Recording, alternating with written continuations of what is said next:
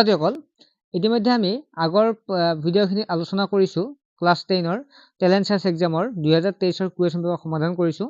যিহেতু তোমালোকে জানাই যে আগৰ কুৱেশ্যন পেপাৰ চোৱাটো বহুতেই ইম্পৰ্টেণ্ট, সেয়ে তোমালোকে আগৰ কুৱেশ্যন পেপাৰবিলাক চোৱা আৰু লগত মই এনচাৰখিনিও কৰি দিম। আৰু তোমালোকে কুৱেশ্যনবিলাক যদি লাগে বা ইম্পৰ্টেণ্ট নোটছবিলাক লাগে, তোমালোকে ফেচবুক পেজ এটা আছে SR এডুকেশ্যন বুলি, তোমালোকে ডেছক্ৰিপশ্যনত পাই যাবা। সেই ফেচবুক পেজত গৈ তোমালোকে ফ'ল' কৰিবা। ফ'ল' কৰাৰ লগতে তোমালোকৰ নোটছ পাতিখিনি আটাইখিনি থাকিব তাত। ইয়াত মানে ইউটিউবত তোমালোকক দিয়া অসুবিধা হয়, গতিকে তাত ধুনীয়াকৈ চাব পাৰিবা। তোমালোকে ফেচবুক পেজটো ফ'ল' কৰি থবা। যিয়ে নহওক আমি প্ৰশ্নখিনিলৈকে আহিছোঁ। 23 নম্বৰ প্ৰশ্নটো কি আছে? তলৰ কোনটোৱে এক সন্তুলিত ৰাসায়নিক সমীকৰণ প্ৰতিনিধিত্ব কৰে?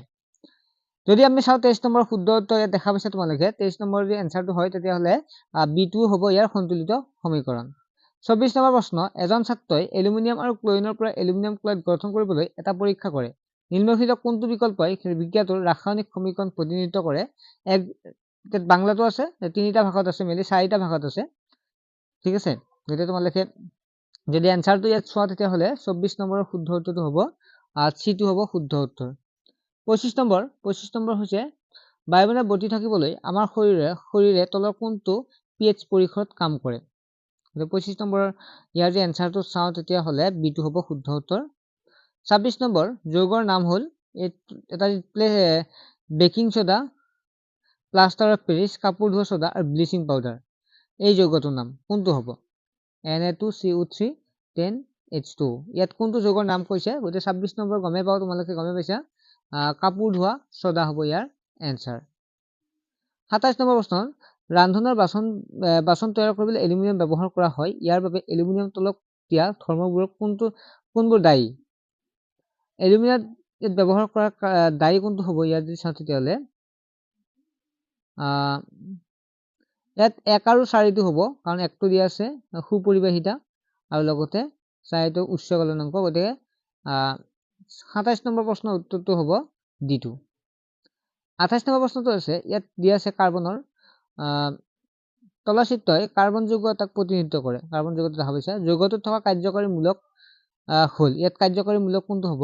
যিটো কাৰ্যকৰী মূলক আছে ইয়াৰে হ'ব কিটন হ'ব ইয়াৰ কাৰ্যকৰী মূলক। D2 হ'ব শুদ্ধ উত্তৰ।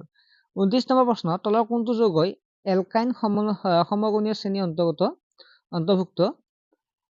29 নম্বৰ প্ৰশ্নটো শুদ্ধ উত্তৰ হ'ব ইয়াৰে C3H4। এইটো হ'ব C3H4 হ'ব শুদ্ধ উত্তৰ। D2 হ'ব শুদ্ধ উত্তৰ।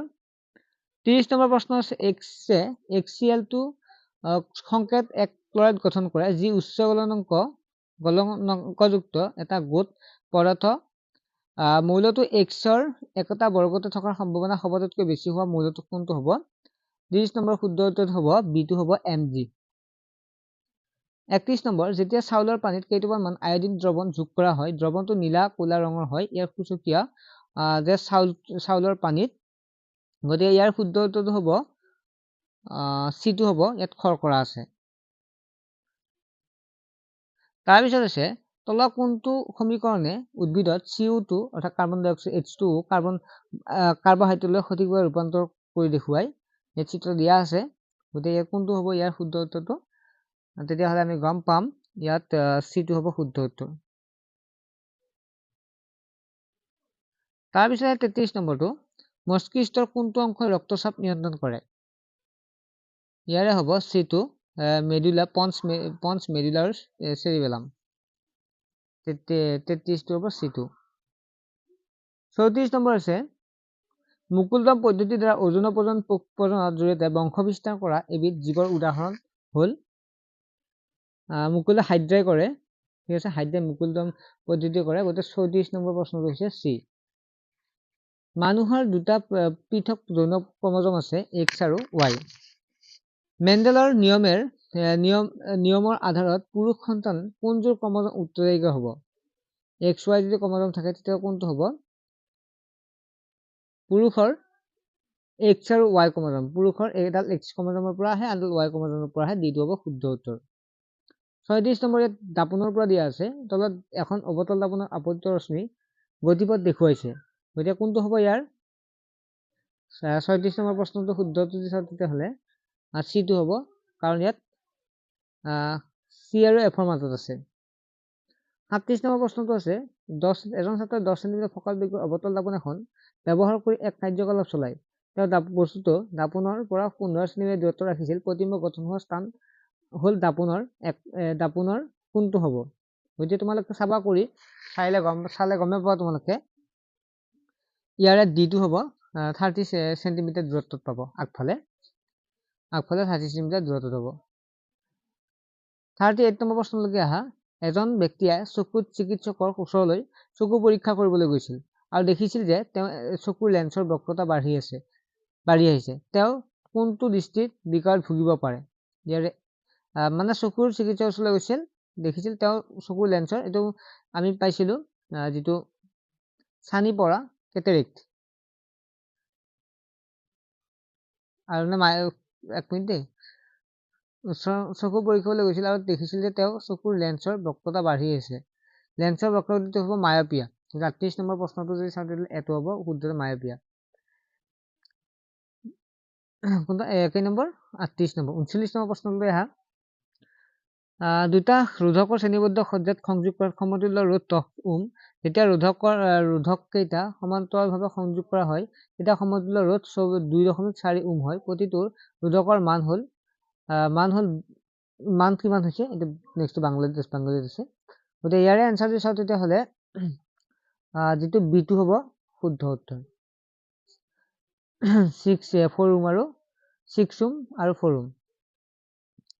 40 নম্বৰ প্ৰশ্নটো দিয়া আছে, ইয়াত তোমালোকে চালে গম পাবা। ইয়াত 4টা ৰোধকৰ ৰিঅ'ষ্টেট সংযোগ কৰা হৈছে। গতিকে বৰ্তনীটোৰ বিন্দুৰ মাজৰ মুঠ ৰোধ কিমান হ'ব?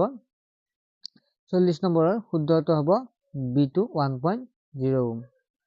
41 নম্বৰ প্ৰশ্নটো আছে, তলৰ কোনটো চুম্বকৰ দ্বাৰা আকৰ্ষিত নহয়? ইয়াৰ যদি চাওঁ তেতিয়াহ'লে চুম্বকৰ দ্বাৰা আকৰ্ষিত নহয় পিতল।